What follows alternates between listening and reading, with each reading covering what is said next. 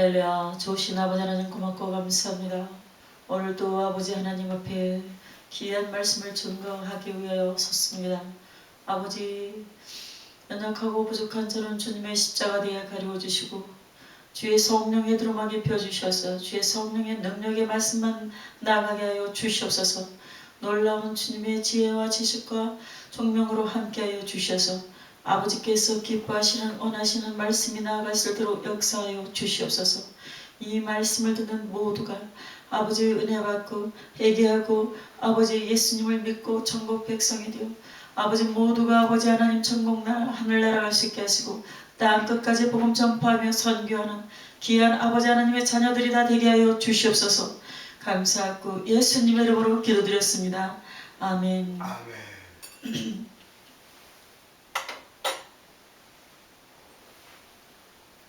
오늘 은혜 받으실 하나님 말씀의 제목은 사랑하는 자여, 요한3서 1장 2절 말씀입니다. 제가 정말로 좋아하는 귀한 말씀입니다. 봉독해 드리겠습니다. 사랑하는 자여, 내 영혼이 잘된 같이 내가 범사에 잘되고 강건하기를 내가 간구하노라. 아멘. 아멘. 여러분도 다 이 말씀 좋아하실 줄로 믿습니다. 하나님으로부터 사랑하는 자여, 사랑하는 딸아, 사랑하는 아들아, 귀한 음성 다 들었을 줄로 믿습니다. 전에도 듣고 오늘도 듣고 영원토록 그 음성을 들으면서 주께로 더 가까이 나아가는 여러분이 되시기를 예수님의 이름으로 간절히 부탁드립니다. 요한 3서는 사도 요한이 가요에게 보낸 편지입니다. 사도 요한은 이 편지에서 사랑하는 자여, 내 영혼이 잘된 같이 내가 범사에 잘되고 강건하기를 내가 간구하노라 라고 가요에게 하나님의 축복이 임하기를 축원했어요. 본문 말씀을 보면 사랑하는 자여 하면서 내 영혼이 잘된 같이 라고 말씀합니다. 축복의 우선순위가 영혼이 잘되는 것을 말해주고 있어요. 왜냐하면 영혼이 잘되는 복이 범사가 잘되고 강건한 축복보다 더 중요하기 때문입니다. 영혼이 잘되는 것은 이 세상뿐 아니라 천국에 가서도 영원히 잘되는 복이므로 얼마나 귀한 복인지 모릅니다. 그러나 영혼이 잘되는 복 외에 물질의 축복을 받거나 건강의 축복을 받는 것 같은 복들은 이 세상에 사는 동안에만 잘 되는 것이죠. 성경에 보면 하나님을 사랑하고 하나님을 경외하고 하나님 말씀대로 살아서 하나님을 기쁘시게 하는 백성이 되면 하나님께서 모든 축복을 주시겠다고 약속하고 있어요. 그러나 영혼이 잘 되는 복 이외에 물질의 축복을 받거나 건강의 축복을 받는 것 같은 복들은 이 세상에 사는 동안에만 잘 되는 것이죠. 성경에 보면 하나님을 사랑하고 하나님을 경외하고 하나님의 말씀대로 살아서 하나님을 기쁘시게 하는 백성이 되면 하나님께서 모든 축복을 주시겠다고 약속하고 계시죠. 그러나 이와 반대로 우리의 영혼이 잘못되면 다른 것들보다 다 잘 되어도 다른 것들이 다 잘 되어도 영원히 지옥의 멸망을 당하게 되어 이미 망한 것이나 다름이 없는 바가 된다는 것이죠. 여러분, 솔로몬을 보십시오. 솔로몬은 모든 것이 다 잘 되고 세상의 눈으로 볼 때에는 얼마나 부유하고 강건했습니까? 그러나 그는 세상 향락을 누리다가 하나님과 점점 멀어졌어요. 나중에는 우상 숭배까지 하게 되어 영혼이 병들게 되었었죠. 얼마나 불행한 왕인지 몰라요. 오늘날 이 시대의 가장 큰 위기는 사람들의 영혼을 망하게 하는 것들이 너무 많다는 것입니다. 이 사회 풍조를 보면 윤리도덕이 타락해가는 것을 볼 수가 있어요. 심지어 남편이 따로 있고 애인이 따로 있고 친구가 따로 있다고 드라마에서 그것을 재밌다고 보여주죠. 드라마를 즐겨보는 사람들은 이런 영향을 받습니다. 이 나라의 윤리도덕을 타락시켜서 개인과 가정과 사회를 망하게 만드는 것이 사탄의 작전입니다. 문화를 통해서 사탄이 얼마나 역사하는지 몰라요. 젊은이들 가운데 성령 충만한 작가들이 나오기를 바랍니다. 성령 충만한 PD와 방송국장이 많이 나와서 윤리도덕을 바르게 세우고 하나님 나라를 확장해 나아가야 될 줄로 믿습니다. 그렇게 해서 개인과 가정 사이가 잘 되는 것을 보여줘야겠죠. 요즘 잘못된 사상과 주장이 사회에 많은 영향을 미치고 있어요. 그 중에 하나가 잘 살기만 하면 모든 것이 해결된다라는 사상이죠. 여러분, 이것은 무서운 사상입니다. 그것은 완전한 거짓말이며 사탄의 소리입니다.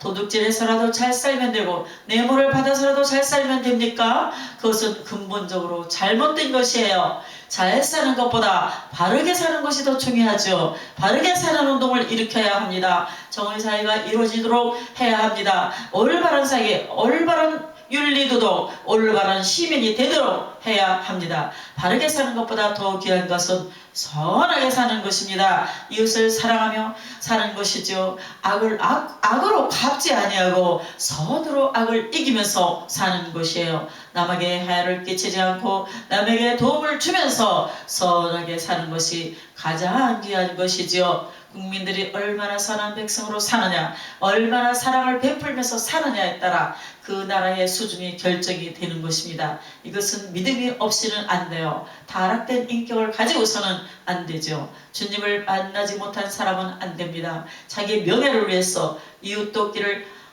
바치는 것은 형식적인 것이며 세상 사람들도 할 수 있는 것이죠. 그러나 오른손이 하는 일을 왼손이 모르게 하면서 어려운 이웃에게 사랑을 베풀고 선한 일을 하면서 사는 사람들이 있어요.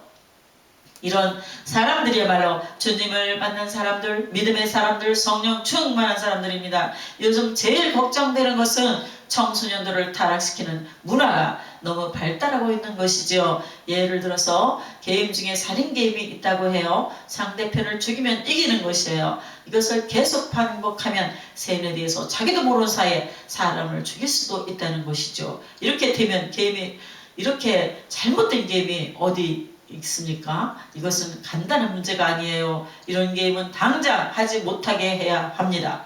이라크 전쟁이나 아프간 전쟁에 갔다 온 사람들이 정신병에 걸리고 생활을 제대로 못하게 되는 이유는 전쟁터에서 저걸 죽이지 않으면 내가 죽는다 라는 그런 긴장 속에서 계속 전쟁을 하고 어려움을 당하기 때문이죠. 그래서 온전한 정신으로 살아가지 못하는 것입니다. 우리는 기도해야 해요. 그래서 청소년들을 살려야 합니다. 어떻게 하면 이러한 잘못된 청소년 문화를 이 사회에서 뿌리째 뽑을 수 있을까요?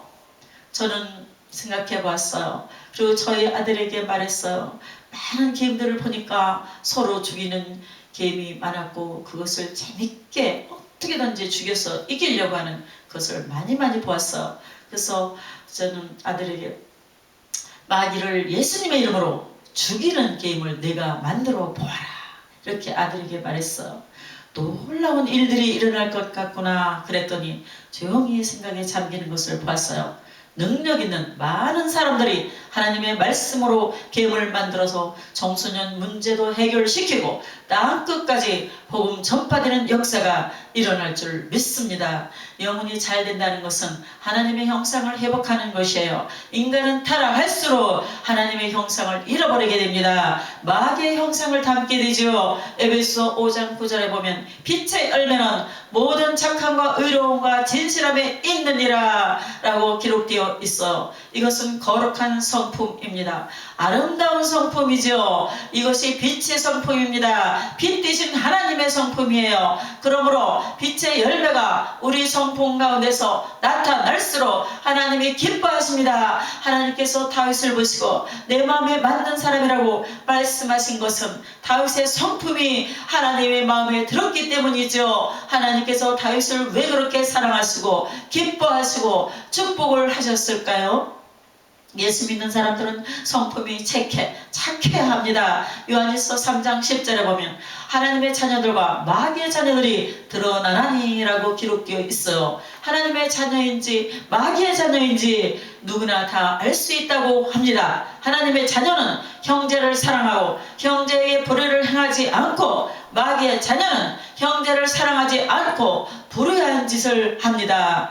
그것을 보면 하나님께 속한 자인지 마귀에게 속한 자인지 알 수 있다고 사도 요한은 말하고 있습니다. 의로운 사람은 하나님의 말씀대로 사는 사람입니다. 그래서 하나님을 기쁘시게 하고 하나님께 영광을 돌립니다. 다윗은 성품이 진실했어요. 열왕기상 15장 5절에 보면 다윗이 햇사람 우리아의 일 외에는 평생에 여호와 보시기에 정직하게 행하고 자기에게 명령하신 모든 일을 어기지 아니하였음이라 라고 기록되어 있습니다.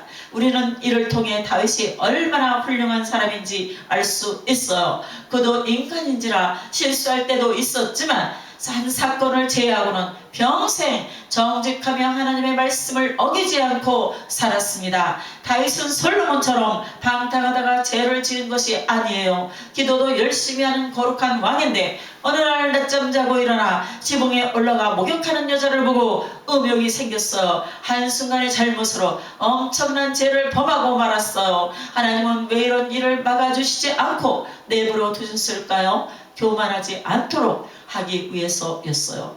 그 한 가지 사건이 없었다면 다윗은 신이지 인간이 아니었어요. 평생 한 번도 하나님 앞에 죄 지은 일이 없다고 한다면 그 사람은 신입니다. 모세가 이스라엘 백성을 애굽에서 이끌어와서 가나안 땅으로 가게 되었을 때 가나안 땅이 눈앞에 보이는 곳에서 하나님께서 너는 들어갈 수 없다라고 하셨어요. 물이 없을 때 생수를 가리키라고만 하나님께서 말씀하셨는데 모세가 2번이나 화를 내면서 내리쳤기 때문이에요. 하나님의 일을 하는데 화내며 한 것입니다. 여기서 중요한 교훈은 율법을 완전히 지켜서 의롭다 함을 받을 수 있는 사람은 세상에 아무도 없다는 것입니다. 모세는 율법의 대표입니다. 우리 인간은 누구나 죄인이죠. 모두 허물이 있어요. 다윗에게만 한 사건이 있었기 때문에 오히려 항상 겸손한 마음을 가지고 많은 눈물을 흘리면서 기도하고 거룩한 왕이 되고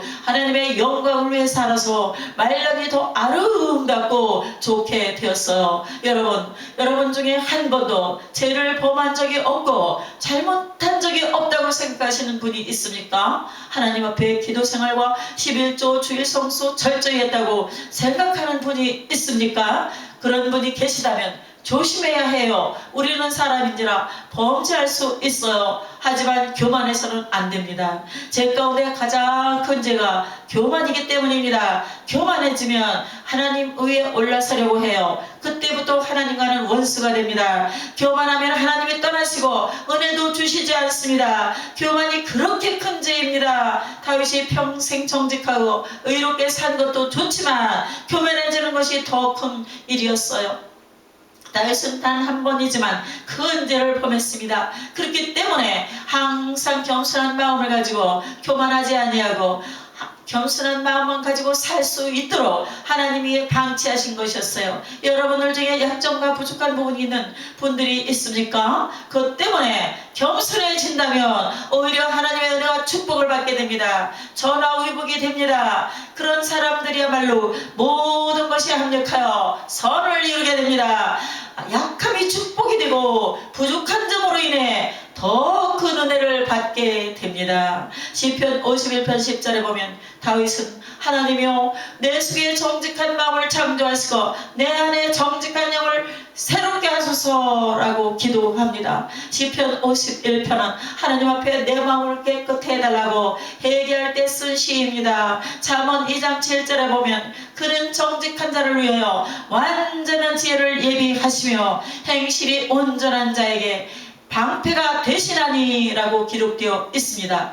누구의 지혜가 완전한지는 시간이 가면 알 수 있습니다. 솔로몬이 가진 지혜와 다윗이 가진 지혜 중에 누구의 것이 더 완전한 지혜입니까? 마지막을 보면 알 수 있어요. 솔로몬의 지혜는 타락하고 어리석은 인간으로 드러났어요. 그러나 다윗은 더 거룩하고 하나님께 충성하고 하나님께 영광을 돌리며 살았습니다. 할렐루야. 성공이라는 것은 언제 평가할 수 있을까요? 세상 떠날 때쯤입니다. 과거에 집착하지 마십시오. 처음에는 믿음도 없고 신앙도 부족했지만 그 사람의 마지막이 거룩하고 은혜로웠다면 그 사람은 성공자입니다. 회사입니다. 할렐루야. 여러분 앞길을 염려하지 마십시오. 여러분들이 하나님께서 보시기에 착하고 의롭고 진실한 성품을 가지고 산다면 반드시 길이 열립니다. 영혼을 망하게 하는 것들이 많은 이 세상에 살면서도 우리 영혼이 잘된 같이 우리의 범사가 잘되고 강건한 축복을 받으면서 살려고 하면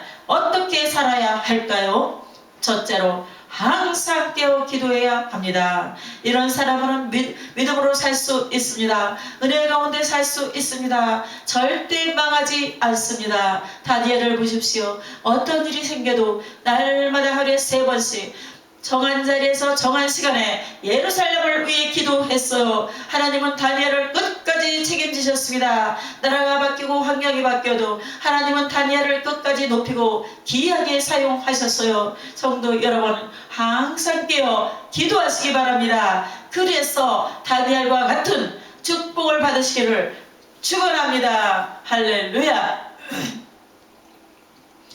저의 간증도 하겠습니다. 제가 회사 다닐 때였어요. 회사를 다니는데 정말로 회사 생활이 너무 편했어요.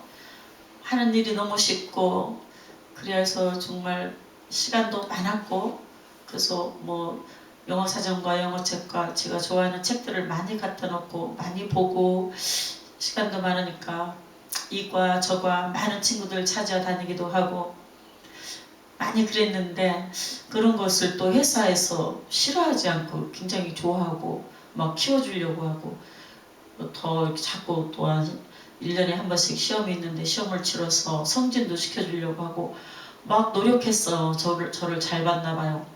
제가 그때 다른 건 몰라도 인문계에 나와서 그런지 국어 또한 글씨 쓰는 게 조금 제가 생각해도 잘 했다고 생각하고 있어요. 그래서 그런 것 때문에 그런지 굉장히 거기서 많이 인기가 있었거든요. 그런데 제 마음에 평안이 없고 기쁨이 없고 회사 생활이 만족이 없었어요. 그래서 기도원에 년초에 3일을 작정하고 갔어요.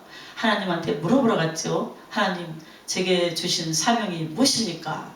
주님이 주신 사명이 있다면 저는 이제 신학을 하려고 했고요. 그리고 신학을 간다면 이제 회사를 그만둬야 하는데 무슨 돈으로 할까요? 그 3가지를 물어보려고 이제 기도원에 갔어요. 기도원에 가서 기도를 했는데 하나님께서 첫째 날, 둘째 날은 제 입이 안 열려서 기도를 못했고 그냥 듣기만 했고, 마지막 날에 이제 강사 목사님께서 하라는 대로 이제 말씀 듣고 기도하라면 기도하고 하는데, 그 마지막 날 응답이 왔어요. 제가 기도를 하는데, 하나님, 저에게 주신 사명이 무엇입니까? 하고 물으니까, 사랑하는 딸아, 세계 선교사의 사명을 주노라. 저는 깜짝 놀랐어요. 이게 하나님의 음성인가, 마귀의 음성인가. 마귀의 영도 막 말을 한다는데, 제가 그런 분별력이 그때만 해도 확신이, 이제 자신이 말씀의 지식에 그 확신이 없었어요. 그래서 이게 내가 좋아서 하는 말이었나 싶어서 계속 더 기도했어요. 하나님의 그 음성이다 확신이 올 때까지 기도를 했어요. 그렇게 기도를 하다 보니까 2시간 이상을 기도했어요. 그래가지고 제가 기도를 하는데, 방언하고 나서 방언 통역의 은사까지 그 순간순간 주셔가지고 방언하고 한국말로 통역하고 방언하고 한국말로 통역하고 그래서 이제 하나님이 주신 사명이 선교사의, 그것도 세계 선교사의 사명을 주노라. 그래서 한 나라가 아니고 이 나라 저 나라 다녀오면서 해야 되나 보다 이제 깨닫고 이제 있었고요. 그 다음에 이제 그러면 이제 신학교를 이제 갈 것인데, 신학교 가면 무슨 돈으로 공부를 합니까? 그걸 이제 하나님한테 또 여쭤봤어요. 그랬더니 막 제스처도 하나님께서 막 해주셨어요. 제가 한 게 아니라 저도 모르게 꼴찌하지 아니하고 1등 한다 이렇게 막 제스처를 하고 방언하고 또 막 제스처하고 방언하고 제스처 2시간 반을 아마 계속 그 반복을 했나 봐요. 확신이 올 때까지 하다 보느라고. 그랬는데 나중에 눈을 떠보니까 수많은 사람들이 저를 에워싸서 저의 기도하는 모습을 지켜보고 있었어요. 그래가지고 나중에 이제 여의도 순복음교회 갔는데 어느 청년이 저한테 승수씨 1등해? 그랬어요. 그래서 그게 무슨 말인고, 기도원 가서 내가 기도 2시간 이상 팔딱팔딱 뛰며 땀 흘리며 할 때 그때 거기 있었던 사람이구나, 나를 본 사람이구나, 그렇게 알았어. 근데 하나님의 은혜로 그때 2시간 이상 기도할 때도 누가 옆에서 저를 계속 땀을 닦아주고 있었고, 저는 그것도 몰랐고, 그리고 꼴찌하지 아니하고 1등한다, 이 은혜를 하나님이 주셔서, 아무튼 여의도 교회를 통해서 우리 강영옥 목사님께서 그때 청년의 지도 목사님, 담임 목사님으로 계셨어요. 근데 그때 처음으로 강영옥 목사님 오셔가지고 많은 전통을 좀 이렇게 깨면서 더 진보적인, 더 발전 있는 롤을 만들고 청년 교구 처음으로 12교구를 만들었어요. 그래가지고 제가 마포구 교구장을 맡았어요.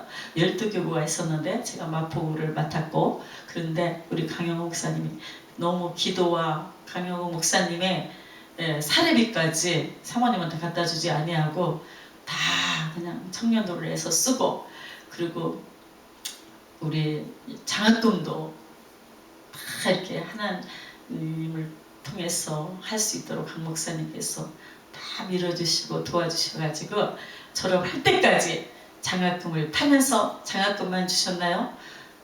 매달 용돈도 주셔가지고 버스비도 하고 그러면서 학교를 다닐 수 있었고, 또한 교구에서 열심히 신방도 할 수 있었고 너무 감사했어요. 정말 이 시간에 그래가지고 제가 이제 선교사의 길을 나올 수 있도록 하신 하나님께 영광을 돌리며 강영호 목사님께도 감사 인사드립니다. 그리고 그래가지고 열심히 이제 신학을 졸업하고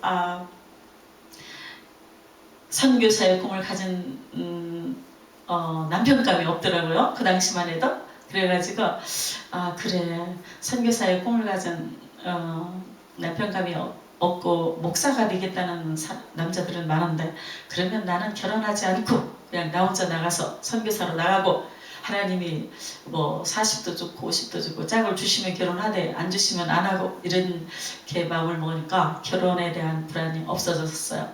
근데 김현진 목사님이 선교사의 꿈을 가졌다고, 또 우리 청년에서 여의도 순복음교회 기도원에 갔는데 1년에 한 번씩 전국 청년 기도회가 있어요. 한 15,000명씩 모이는데, 거기서 우리 이제 여의도교회 청년들이 먼저 가서 모임을 가져요. 이제 기도하고 그 전국 청년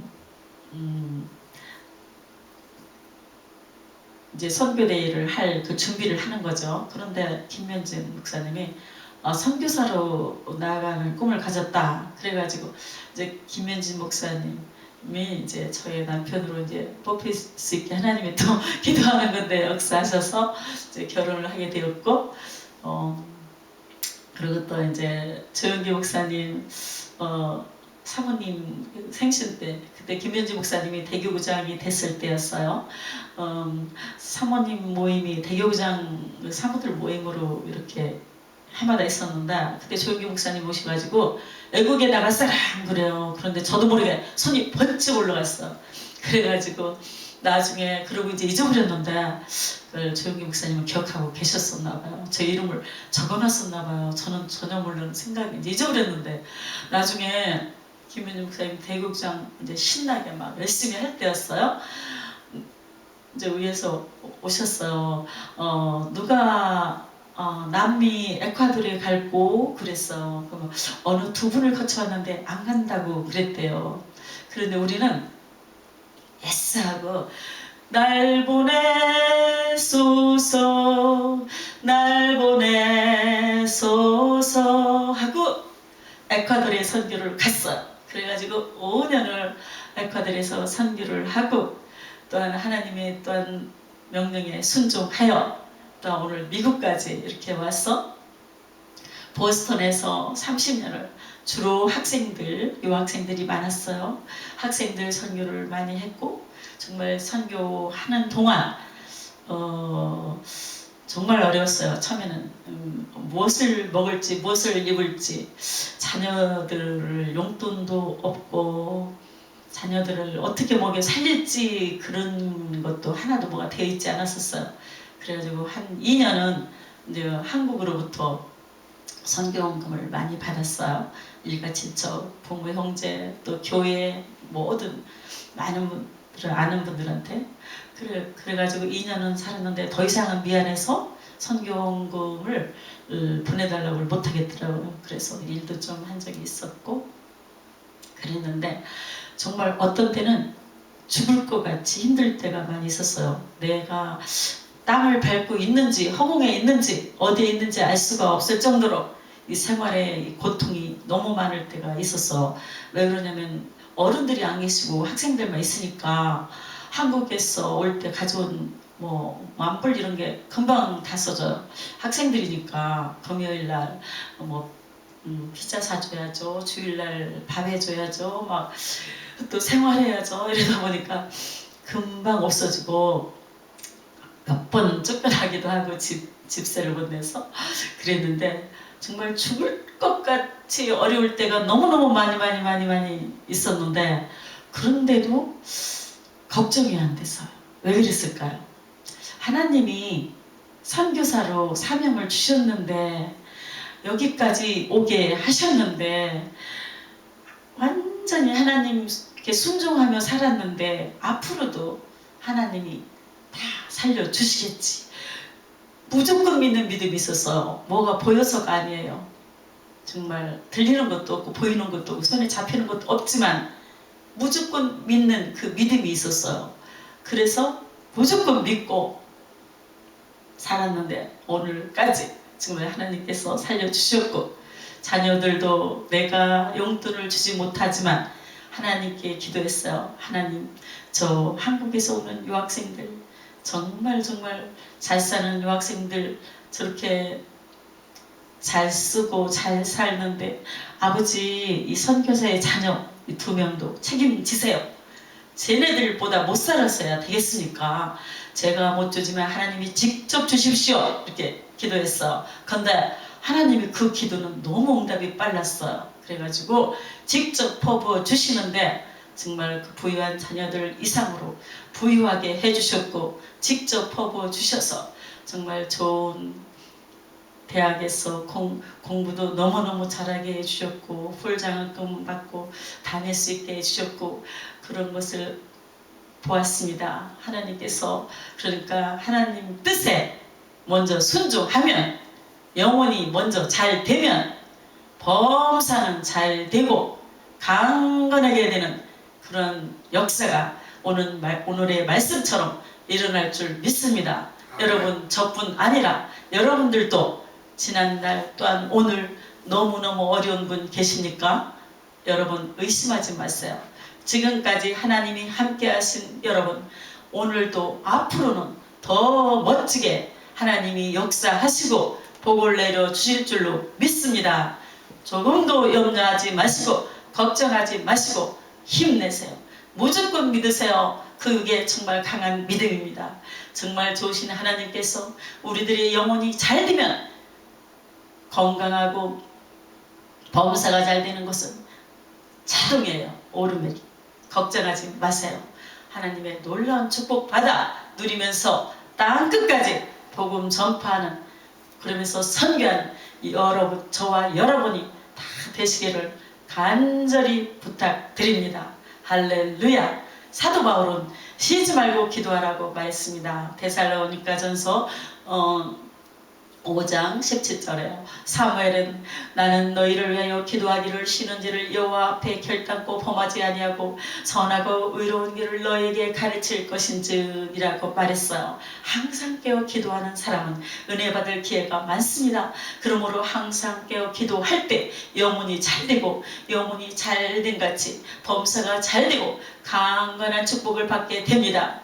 두 번째로 항상 하나님을 기쁘시게 해드리면서 살아야 돼요. 항상 하나님을 기쁘시게 해드리면서 살아야 돼요.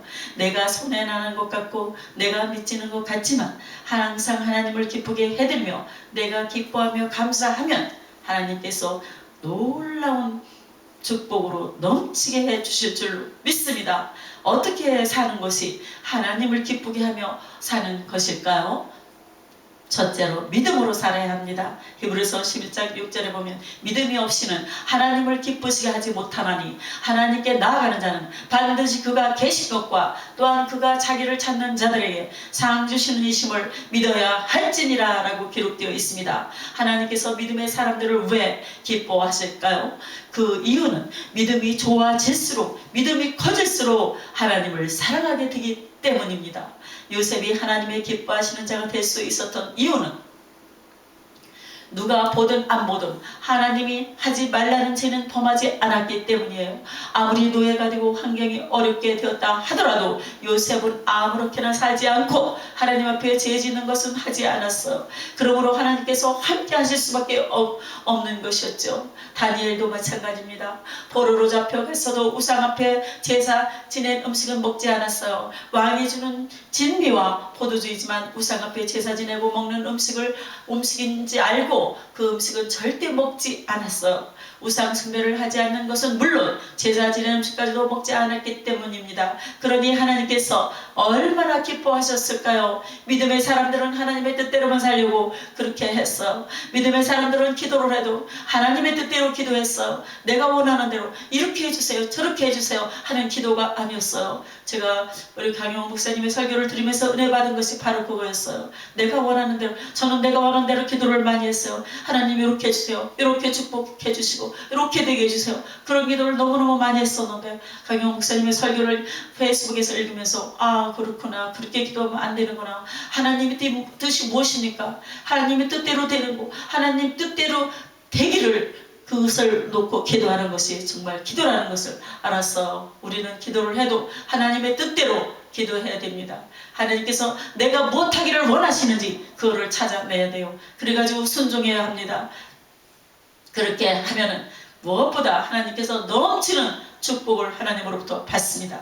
역대하 1장에 보면 하나님께서 솔로몬에게 무엇이든지 구하라고 했을 때 그는 세상의 영광이나 건강이나 장수처럼 자기의 욕심을 따라 구하지 않았어요. 하나님이 자기를 왕으로 세워주셨는데 그 사명이 얼마나 막중한지를 생각해보니 아는 것이 아무것도 없었어요. 그래서 솔로몬은 지혜와 지식을 달라고 합니다. 얼마나 멋지십니까?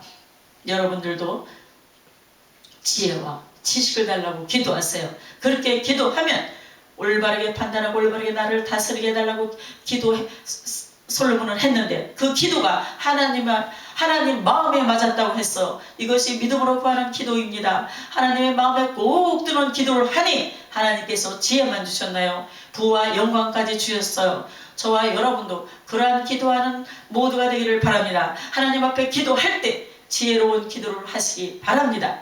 잠언 30장 7절로 9절에 보면 이런 기도가 나옵니다.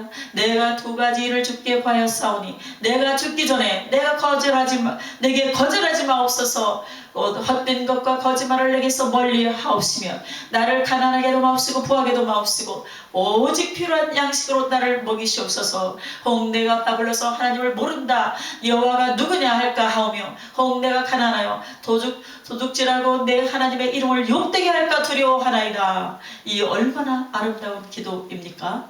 이것은 믿음의 사람만이 할 수 있는 기도입니다. 이런 사람의 기도는 그 기도대로 응답만 내리는 것이 아니라 하나님께서 그 위에 넘치도록 축복해 주십니다.